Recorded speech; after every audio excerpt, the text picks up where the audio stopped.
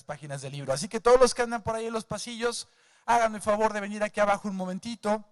Ya está con nosotros la estrella de la tarde, así que no podemos dejar de saludarla y de conversar con ellos. En verdad estamos muy contentos de recibir en San Luis Potosí a nuestra invitada, que les voy a presentar en un momento más. Pero bueno, pues la invitación está hecha. Vénganse para acá, tómense un café, un vasito con agua y disfruten de esta charla que será muy amena porque Adriana seguramente nos va a compartir muchas experiencias y anécdotas que hoy dan lugar a un libro como este. Así que vamos a comenzar, Adriana, ¿te parece? Claro, bueno, buenas tardes, gracias.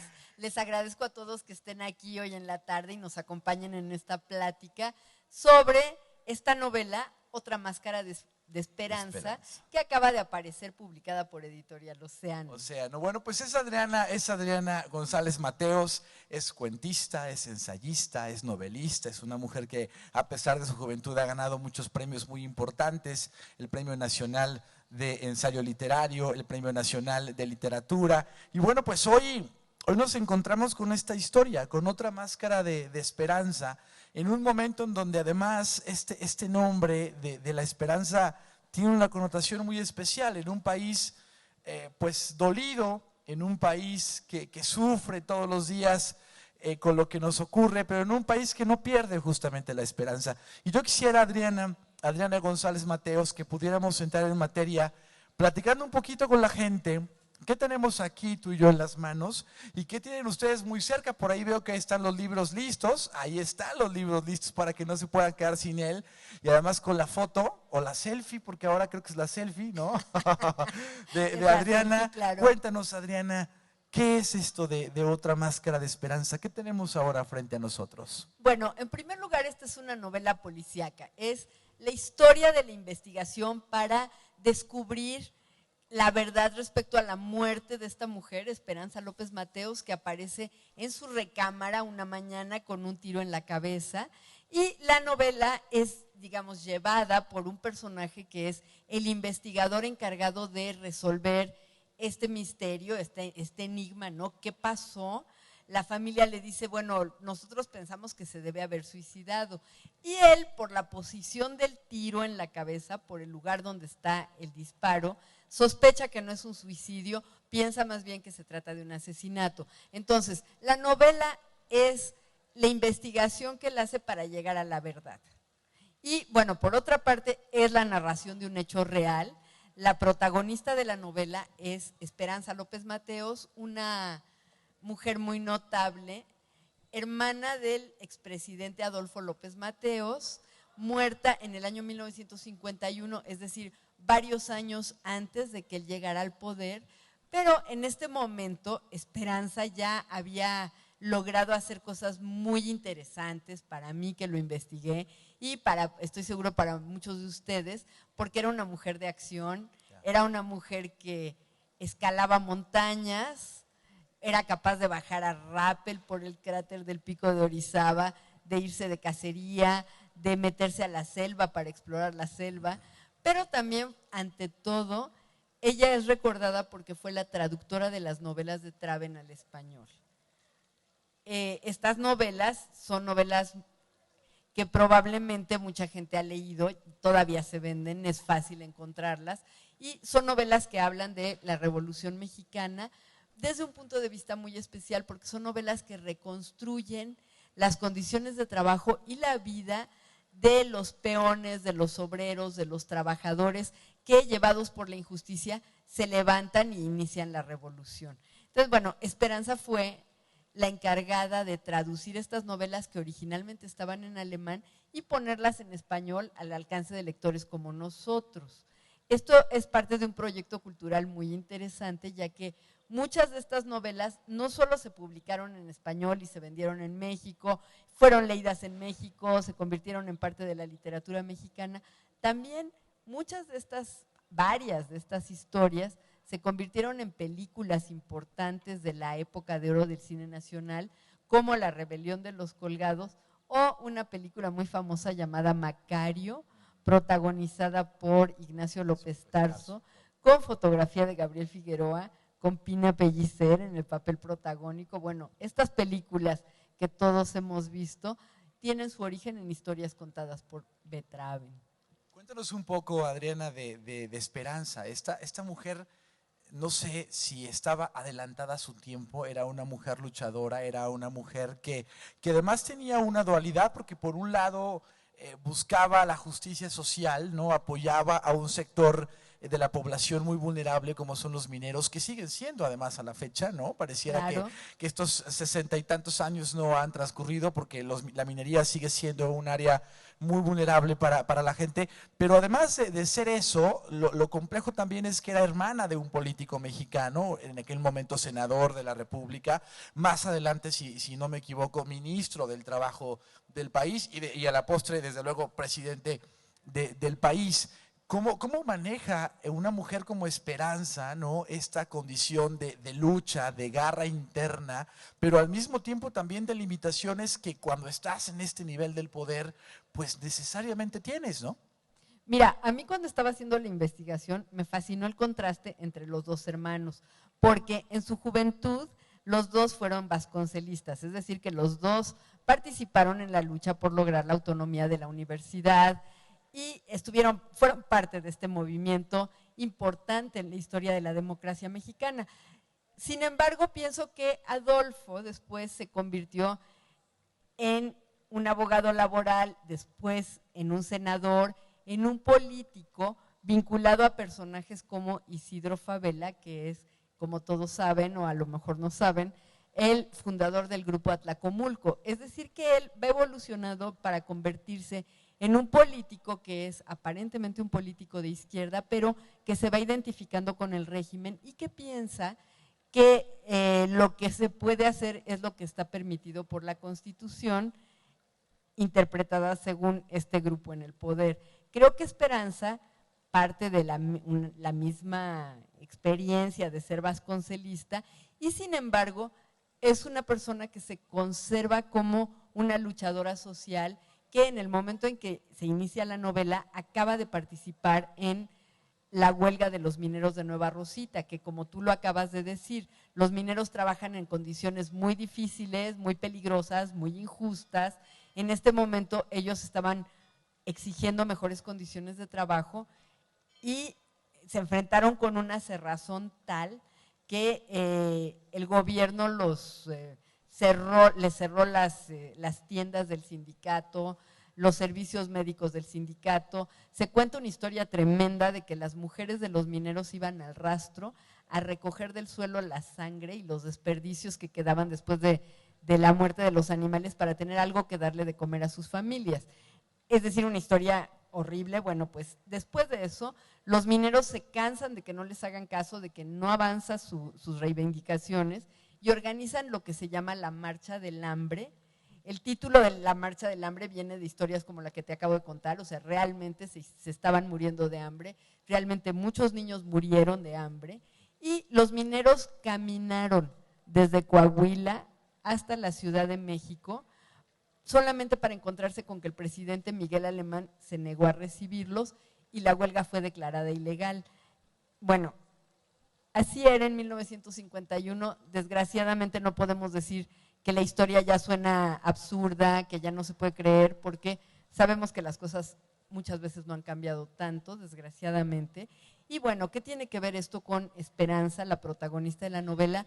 Esperanza fue la encargada por un grupo de intelectuales y sindicalistas de la Ciudad de México que hicieron una colecta para apoyar a los mineros. Ella fue la encargada de llevar el dinero a Nueva Rosita y de apoyar a los mineros con este dinero y con su presencia. Entonces, creo que en este momento en que se sitúa la novela en 1951, la distancia entre los dos hermanos se va haciendo mayor, ¿verdad? Porque ella sigue identificándose con una causa como esta, mientras él pues ya se perfila como secretario de Estado del siguiente sexenio, que es el sexenio de Adolfo Ruiz Cortines, en el cual él desempeñó el cargo de secretario del Trabajo. Es decir, precisamente la persona encargada de contener, controlar y detener las luchas obreras.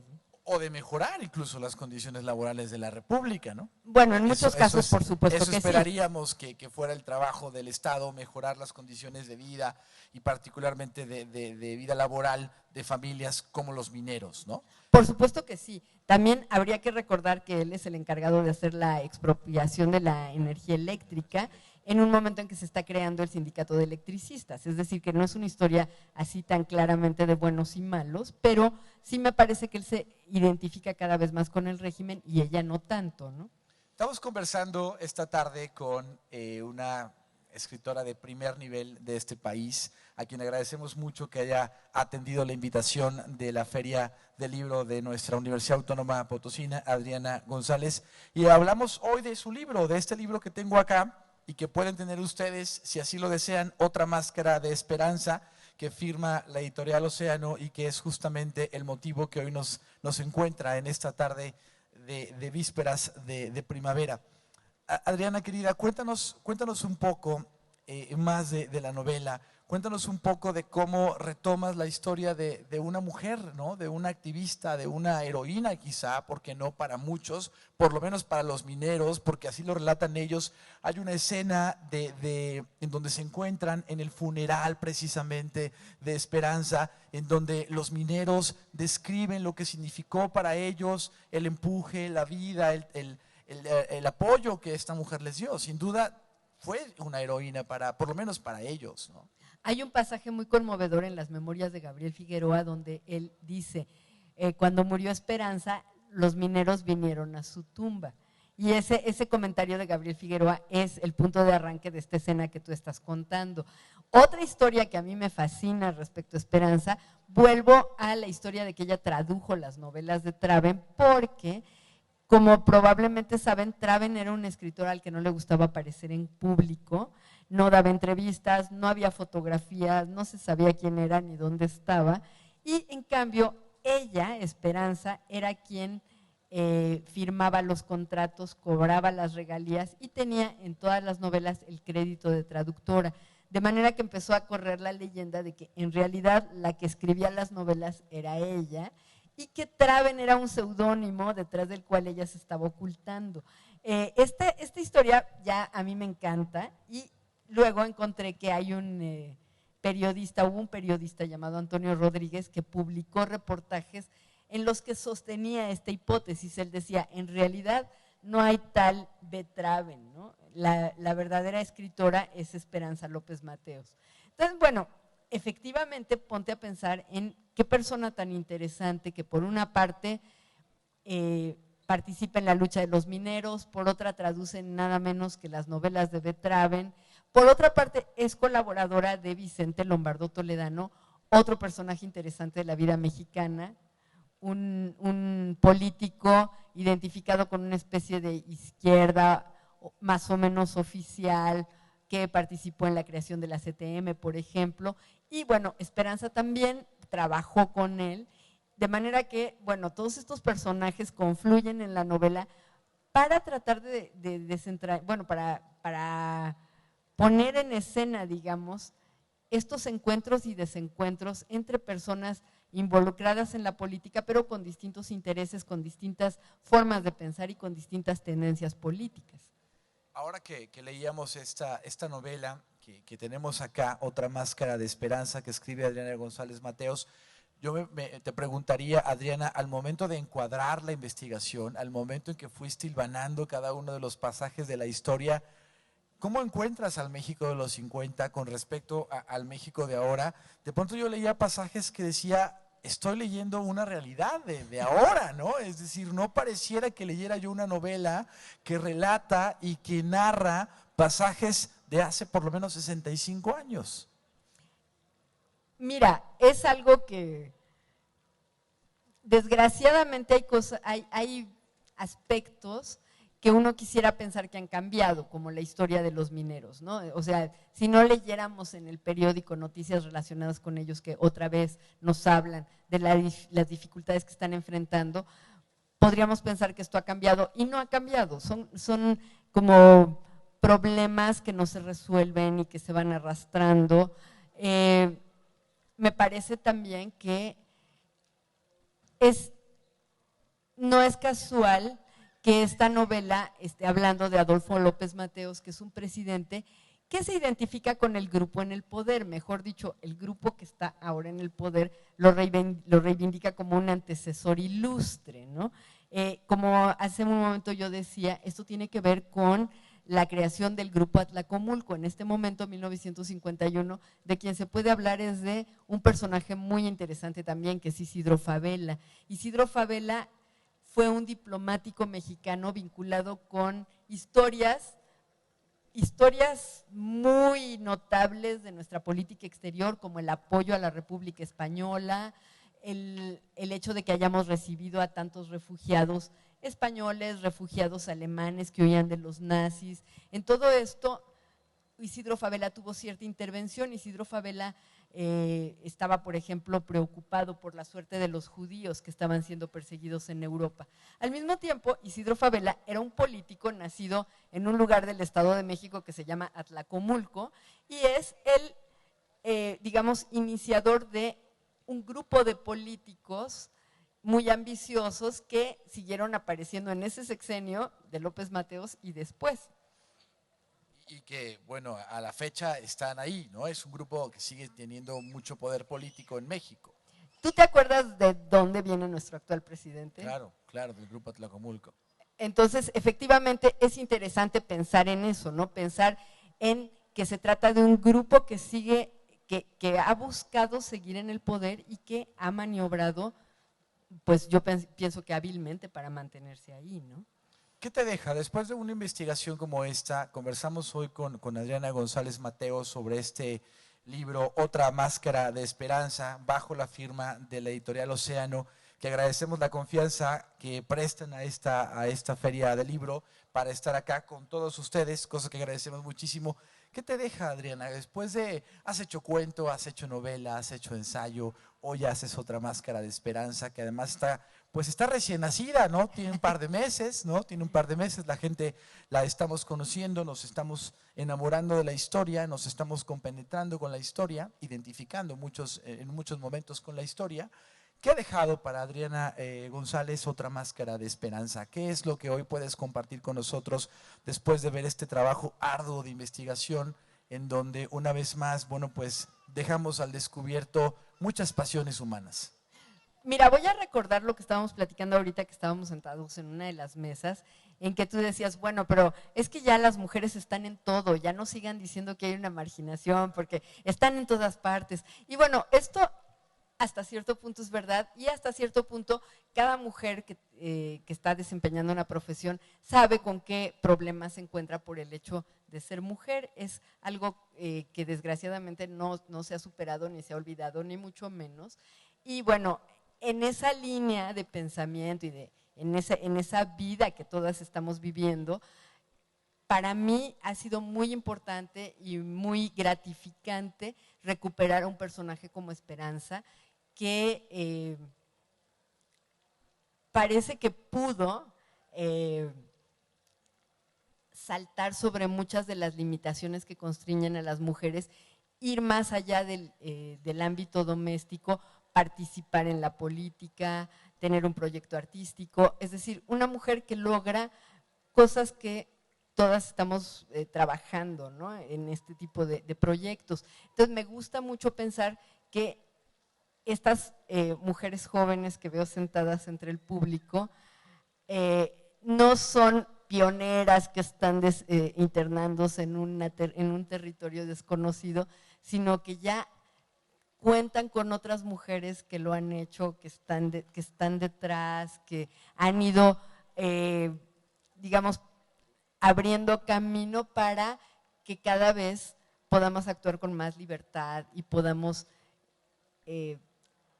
planear nuestras vidas como en una forma más amplia, ¿no? Eso a mí para mí eso basta al escribir esta novela. Ahora, si me dices qué te deja, también me ha dejado otra cosa, que es el inicio de diálogos muy interesantes con distintos lectores que están leyendo la novela y cada uno de pronto ve cosas distintas. Eso es algo fascinante para cualquier persona que escribe, porque uno piensa que está diciendo ciertas cosas en un libro Y por supuesto que, bueno, esa es la responsabilidad de cada quien que escribe, pero este trabajo siempre se ve complementado de maneras inesperadas con lo que ve cada persona, ¿no? Con las formas en que cada persona lee, cómo relaciona lo que tú estás contando, cuál es su bagaje, en qué está pensando. Entonces, bueno, para mí eso hace que escribir siempre sea una aventura increíble, ¿no? Sí, porque además cada quien lo contextualiza en base a su propia historia, a su propia experiencia, ¿no? ¿Qué habrá después, Adriana? De pronto siempre es importante preguntarle a los escritores, ¿qué habrá después de Otra Máscara de Esperanza? ¿Vendrá alguna continuidad? ¿Vendrá alguna otra historia que complemente esta parte? ¿Qué hay detrás en este proyecto de Otra Máscara de Esperanza, que seguramente dará este libro mucho de qué hablar en los próximos meses, pero seguro ya tienes trazado también algún plan literario en torno a lo que vendrá después de un hit como este, porque es un hit, va a ser un hit sin duda, de Otra Máscara de Esperanza? Por una parte, la época me parece cada vez más interesante. Voy dándome cuenta de que esta investigación que llevó esta novela puede ser el principio de muchas otras investigaciones, porque, como digo, en esta época pasan cosas decisivas para México y además hay personajes fascinantes. Tú me preguntabas por los personajes que aparecen en la novela y se me olvidó nadie menos que William Burroughs, que la verdad es que ustedes pueden leer la novela y no darse cuenta de que ahí está William Burroughs porque aparece rapidísimo en una paginita. Pero William Burroughs mató a su mujer de un tiro en la cabeza en la Ciudad de México, unas pocas semanas antes de que Esperanza muriera de un tiro en la cabeza. Y bueno, William Burroughs es un personaje fascinante por sí mismo. William Burroughs es uno de los precursores de la revolución cultural de los años 60, un personaje vinculado con las protestas contra la guerra de Vietnam, con los movimientos de liberación sexual, con la exploración de sustancias alucinógenas, con la música de esta época de los años 60 y 70, con la exploración literaria. Bueno, digamos que es una época fascinante y uno puede seguir siempre investigándola. Por otra parte, aprovecho el espacio para decir que está a punto de salir un libro de crónicas que escribí hace varios años que hablan sobre todo de la migración de mexicanos a la ciudad de Nueva York. Bueno, además ese es un tema que duele mucho a los mexicanos, ¿no? Es un tema muy, muy nacional que implica toda una connotación, aristas sociales, políticas, económicas, de seguridad, el tema migratorio, que bueno, pues está ahí todo el tiempo en la escena de las familias, ¿no? Yo creo que a todos nos ha tocado. Nos ha tocado en algún momento. La migración es un fenómeno mundial, se da en todo el mundo, pero bueno, en México hay particularmente ahí un asunto de mucha profundidad. Y ahora que escribes, has ganado premios de cuento, has ganado premios de ensayo, ahora que escribes novela, ¿cómo te sientes? Cuéntanos, es una experiencia sin duda, un género pues diferente, ¿no? Ni mejor ni peor, desde luego, distinto. También eso debe de ser como una catarsis, ¿no? Cuando de pronto te adentras a un género como este para poder llevar a un resultado como Otra Máscara de Esperanza. Hace poco, hace unas 2, 3 semanas, estábamos platicando sobre la novela con el editor de esta colección y con otros escritores. El editor de la colección se llama Martín Solares y él nos preguntó, a ver, por favor díganme, ¿qué clase de animal es una novela? Y a mí me encantó la pregunta y yo contesté, una novela es como una mosca porque tiene muchos ojos. Una novela es un libro en el que puedes tener acceso a lo que piensan distintos personajes que están ubicados en distintos ámbitos, en distintos lugares de la sociedad, tienen diferentes opiniones. Es una exploración de un mundo que por una parte tú estás creando, por otra parte es parte de la historia, ya que todo tiene detrás una investigación también. Es decir, que es un género maravilloso que, bueno. ¿Cuánto tiempo llevó, Adriana? Estoy conversando hoy, nuestra invitada estrella es Adriana González Mateos. Ella es la escritora de Otra Máscara de Esperanza, es ensayista, es cuentista, es novelista, ganadora de premios nacionales muy importantes, profesora universitaria con estudios de posgrado en Nueva York, en la Universidad de Nueva York. ¿Cuánto tiempo lleva lograr una meta como esta, un trabajo como este de Otra Máscara de Esperanza? ¿Cuánto tiempo danos un poco de idea de lo que significa para una mujer como tú tener hoy en nuestras manos este libro? Yo empecé a escribir este libro a mediados del 2010, es decir, que la respuesta sería aproximadamente 4 años. Ya que es difícil investigar. O sea, lo principal, lo que hizo que tomara ese tiempo, sobre todo, es la dificultad de la investigación, ya que no había nada sobre Esperanza y yo encontré, pues, de pronto información en lugares dispersos y así, ¿no? Pero por supuesto que otra parte del trabajo es el tratamiento literario de la historia, ¿no? Y ir investigando cómo funciona este género, la novela policíaca, cómo se caracterizan sus personajes, qué expectativas despierta en el lector. Bueno, todo eso es otra forma de investigación, por una parte muy disfrutable y muy interesante también. Además es un género taquillero, ¿no? Ay, es un género, sí. Sí, es porque un género te obliga a leer, ¿no? Te obliga a leer. leer. Y a la gente nos gusta el tema. ¿Por qué nos gusta?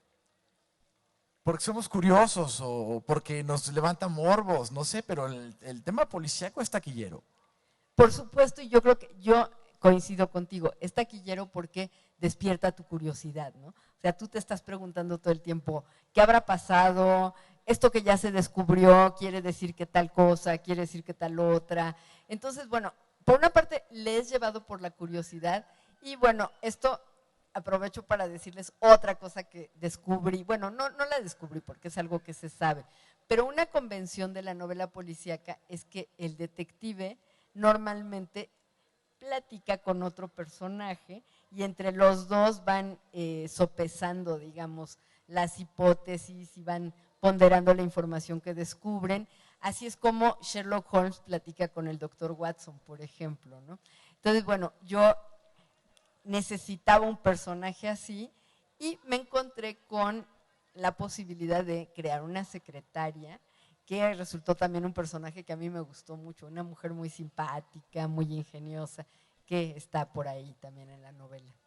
Bueno, pues ahí está parte de lo que podemos leer y encontrarnos en Otra Máscara de Esperanza que escribe Adriana González Mateos. Hay oportunidad de algunas preguntas, si es que la gente quiere compartir con nosotros alguna duda. Está Adriana acá y siempre creo lo más fabuloso para un artista, para un escritor, es poder tener este contacto con la gente, ¿no? Ya van a leer la novela, si no es que algunos ya lo han hecho.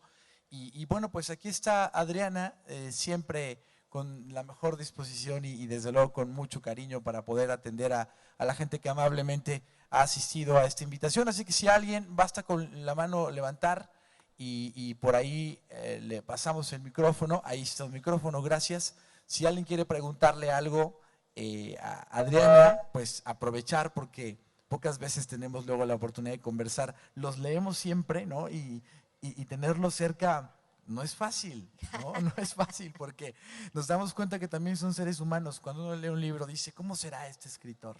¿Cómo te lo imaginas? No, bueno, pues aquí está Adriana, no se lo imaginen, así que está con nosotros. Si alguien tiene una pregunta, es un buen momento. Por allá, adelante, por favor.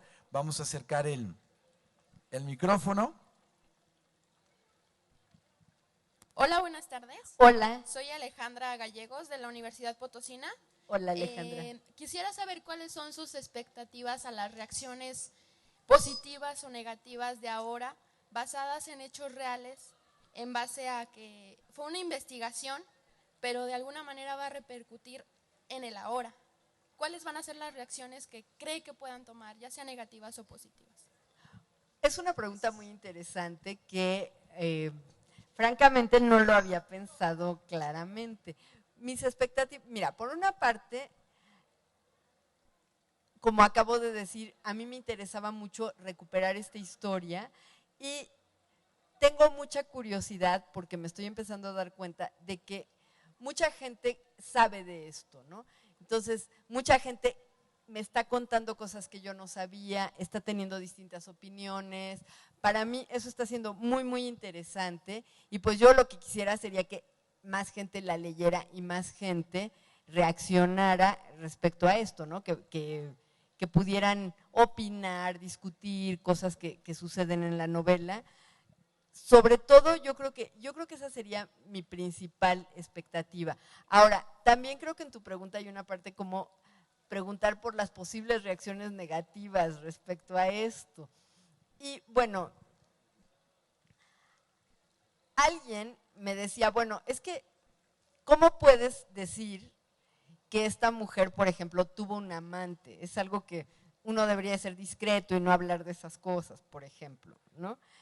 Y bueno, yo quiero decir que yo no pienso que esto sea hablar mal de alguien. Yo pienso que esta era una mujer que,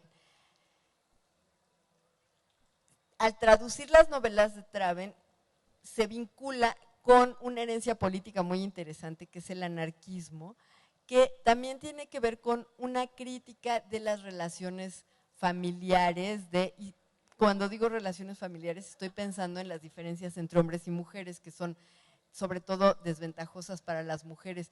Pienso que el recuperar su libertad amorosa, sexual, es algo también muy interesante que hizo Esperanza López Mateos, y creo que esta idea de que eso, no hay que hablar de eso y hay que ser discretos respecto a eso, es algo que yo no estoy de acuerdo y es algo que yo quisiera discutir, ¿no? Y por eso es que el personaje es como es, además de que eso es histórico también. Pero a mí me parece importante hablar de estas cosas y, bueno, mi otra expectativa sería esa, ¿no? Sería que estas ideas de liberación en esos planos de lo doméstico, de lo sexual, que hasta cierto punto ya son ideas muy conocidas por nosotros y muy familiares, pues siguieran discutiéndose y siguieran estando vigentes siempre, ¿no? Muy bien, gracias. Adelante, por favor. Mi pregunta es, ¿cuál fue su inspiración para escribir el libro? La principal, así como que… Además de la curiosidad de la que estamos Sí. hablando, aquí hay una historia que viene de cuando yo era una niña, porque mi abuela conoció a Esperanza y tenía una fotografía de Esperanza en su cuarto. Y bueno, pues yo recordaba esa fotografía, es una fotografía muy linda porque ella está sonriendo y parece una mujer muy simpática. Entonces, bueno, la verdad es que cuando al empezar a investigar encontré esa fotografía, o sea, yo no la tenía porque cuando mi abuela murió esa fotografía se perdió y al investigar la volví a encontrar y eso me dio muchísimo gusto. Fue algo que me ayudó mucho a seguir investigando. ¿Fue a partir de ahí que decidió escribir el libro? No, yo había decidido escribir el libro desde antes, pero había muchas cosas que no tenía claras y la aparición de esa fotografía fue como una señal así de, vas bien. Muy bien, a ver si… Adelante, joven. Hola, ¿qué tal? Muy buenas tardes. Hola. Mi nombre es Javier Hernández, vengo de la Facultad de Ciencias de la Comunicación. Y mi pregunta es, remontándonos un poco al inicio de lo que es cuando usted empieza a escribir el libro, al ver su trabajo ya finalizado, ¿era esa idea o ese sueño a lo que quería llegar? Eso es un poco difícil de contestar porque francamente el proyecto cambió mucho a medida que se iba haciendo, ¿no? Y yo al principio no pensaba, por ejemplo, escribir una novela policíaca. Eso fue algo que decidí de repente, ¿no? Y la verdad es que me gustó mucho, se me hizo un género maravilloso que además de todo lo que ya hemos dicho, la novela policíaca es un género que te permite hablar de la corrupción, de la impunidad, de la violencia. Entonces es un género muy, muy valioso, muy interesante, que vale la pena cultivar. Ahora, la verdad es que esta es mi primera incursión en ese género. No soy una crítica de novela policíaca que pueda decir, bueno, ¿cómo se compara con otras novelas ilustres del género y todo esto? Muy bien, ¿alguien más por allá? A ver, adelante, por favor. Hola, ¿qué tal? Mi nombre es Melissa, vengo de la Universidad Potosina. Hola. Mi pregunta es, después de su investigación, después de conocer, acercarse a este personaje, ¿qué le dejó a usted? ¿Qué se guarda de todo este personaje que usted se dedicó a investigar para esta novela?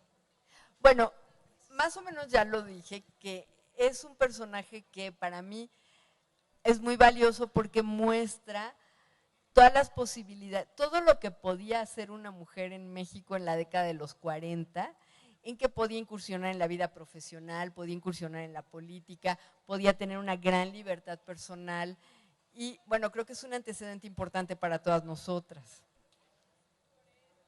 Es un ejemplo de lucha, ¿no? Es un Además ejemplo es un gran... de garra, ¿no? de profunda vocación y convicción de lo que sentía y lo que quería, ¿no? De Yo mucho creo que valor, de mucho compromiso. ¿Te imaginas en esa época?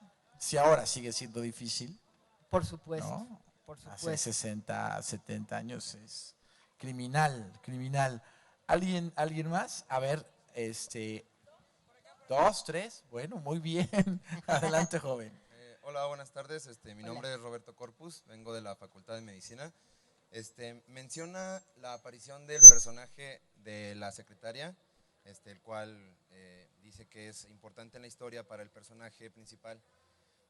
He leído algunas otras novelas policíacas en donde en ocasiones el personaje es un poco solitario, inmerso en sus pensamientos. ¿Qué le hace decidir la aparición o la creación de este personaje y no conservarlo como un personaje solitario? Bueno, tú recuerdas el halcón maltés. Sam Spade es el personaje del halcón maltés y Sam Spade tiene una secretaria que lo ayuda muchísimo en la investigación. Eso fue lo que me decidió a pensar que Aldama debía tener una secretaria también. Además de que es una mujer y por todo lo que hemos hablado me parecía también interesante. Y además porque hay muy importantes cultivadoras del género policíaco, pero sobre todo, digamos que el punto de arranque de esta secretaria es la secretaria de Sam Spade en el halcón maltés. A ver, por aquí, vamos allá. Bueno, yo soy Ángeles de la Facultad de Comunicaciones. Hola. Comunicación. Es la primera novela policíaca que hace. ¿Qué tan difícil fue hacerla cuando es la primera vez que haces una novela en este género? Mira, por una parte es una novela que me dio la oportunidad de poner en escena personajes que me gustan mucho y me interesan mucho como Salvador Novo. Fue difícil hasta cierto punto porque por otra parte es un género con el que yo creo que casi todos estamos muy familiarizados porque hemos visto muchísimas películas, hemos leído, entonces tenemos una cierta idea de cómo funciona la novela policíaca y por supuesto que una vez que la empiezas a escribir, pues no es tan fácil porque te das cuenta de que quizá hay secretos del género que no son tan obvios. Para ponerte un ejemplo, en una novela policíaca es muy importante el hecho de que tú te estás asomando al mundo narrado a través del detective. O sea, no puede haber en la novela cosas que el detective no sepa, porque pues él es el investigador. Y eso me dificultaba muchísimo decir algunas cosas que para mí era importante poner en la novela. Entonces, la verdad es que yo rompí con esa convención y hay por lo menos 2 pasajes que suceden en la novela y que el detective no esté enterado de que suceden, ¿no? O sea, me permití ciertas libertades. Esa fue la parte difícil. La parte muy interesante fue trabajar con mi editor, Martín Solares, que es un gran conocedor de la novela policíaca y en varios momentos su mirada como lector fue de gran ayuda para mí. Adelante, adelante.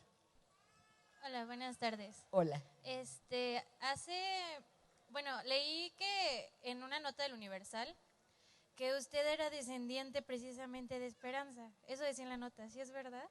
Bueno, en realidad no, porque Esperanza no tuvo hijos, es decir, Okay. que no tiene propiamente descendientes, pero sí es verdad que mi abuelo era primo de Esperanza.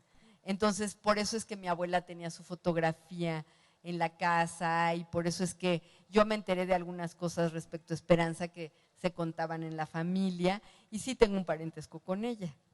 Okay. ¿Y qué qué tan interesante o cree que eso despertó un poco más el interés por este personaje y qué tan diferente es, por ejemplo, usted ya ha hecho investigaciones y todo, investigar dentro de las memorias familiares en sí. Para mí fue algo, por una parte, guiado por estos sentimientos que tenemos hacia nuestras familias, ¿no? Todos quisiéramos saber más del pasado de la familia, averiguar qué pasó, qué hacía esta tía, por qué pasó tal cosa que nunca se ha contado. Bueno, por supuesto que ese tipo de interés y de curiosidad yo lo tenía. También creo que, bueno, como acabo de decir, todos tenemos eso, ¿no? Y todos pensamos que en nuestra familia hay secretos, hay misterios, hay cosas que quisiéramos investigar. Pero por supuesto que la pregunta ahí es, bueno, pero una cosa es que a mí me interese y otra muy distinta que le interese a los demás, ¿verdad? O sea, ¿quién me va a aguantar que yo me ponga a hablar de mis tíos? Francamente, nadie, ¿no? Y bueno, así, afortunadamente, Esperanza sí es un personaje muy interesante, más allá del ámbito familiar. Muy bien. Bueno, pues, ¿alguien más adelante?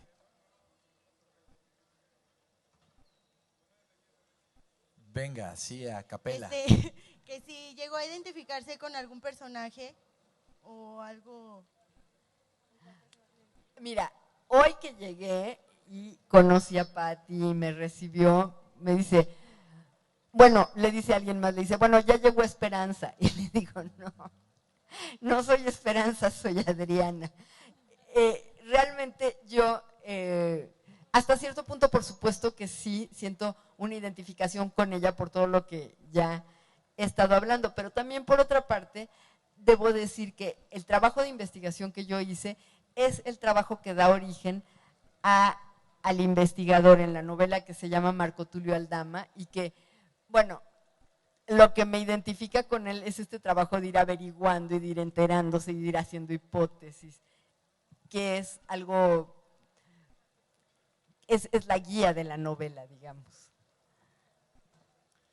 Bien, pues agradecer desde luego, Adriana, tu presencia en San Luis Potosí. Al contrario, gracias. Que estábamos muy entusiasmados de recibirte, que hayas aceptado la invitación de esta Feria del Libro de la Universidad Autónoma de San Luis. Agradecer a toda la gente que generosamente se da cita hoy en el patio central de la universidad. Agradecer a la máxima casa de estudios la oportunidad de que nos tenga por acá a todos.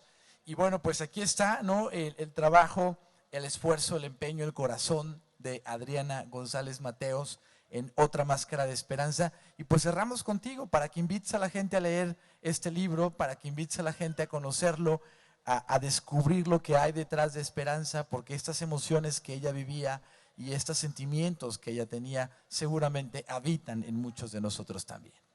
Pues te quiero primero dar las gracias a ti por esta plática tan interesante, tan linda. Para mí le quiero dar las gracias a Pati Flores, que me invitó a San Luis Potosí. Le quiero dar las gracias, por supuesto, a la Universidad de Nuevo León por organizar esta feria maravillosa. De San Luis Potosí. ¿Qué dije? ¿Qué dije? Nuevo León. Pero también con cariño. Perdón, lo siento, no quería decir. Bueno, es que vienes de Mérida, también tienes que contarles que vienes de varias partes de la República. Perdón, no, quería decir la Universidad de San Luis Potosí, la Universidad Autónoma de San Luis Potosí. No te preocupes. Y bueno, gracias a todos ustedes por estar aquí con nosotros hoy en la tarde, por supuesto. Gracias. Gracias, Adriana. Y bueno, aquí está lista para las fotos. ¿Qué hacemos? Hay un regalito que tiene la Universidad Autónoma de San Luis Potosí, nombre del rector, del arquitecto Manuel Fermín Villarrubio y de todo el equipo. Gracias, también para mí hay uno. A ver, Adriana, vamos a que se ponga de pie, Adriana, para que la gente la salude, se tome la foto, el selfie, firme el libro. Y muchas gracias, gracias.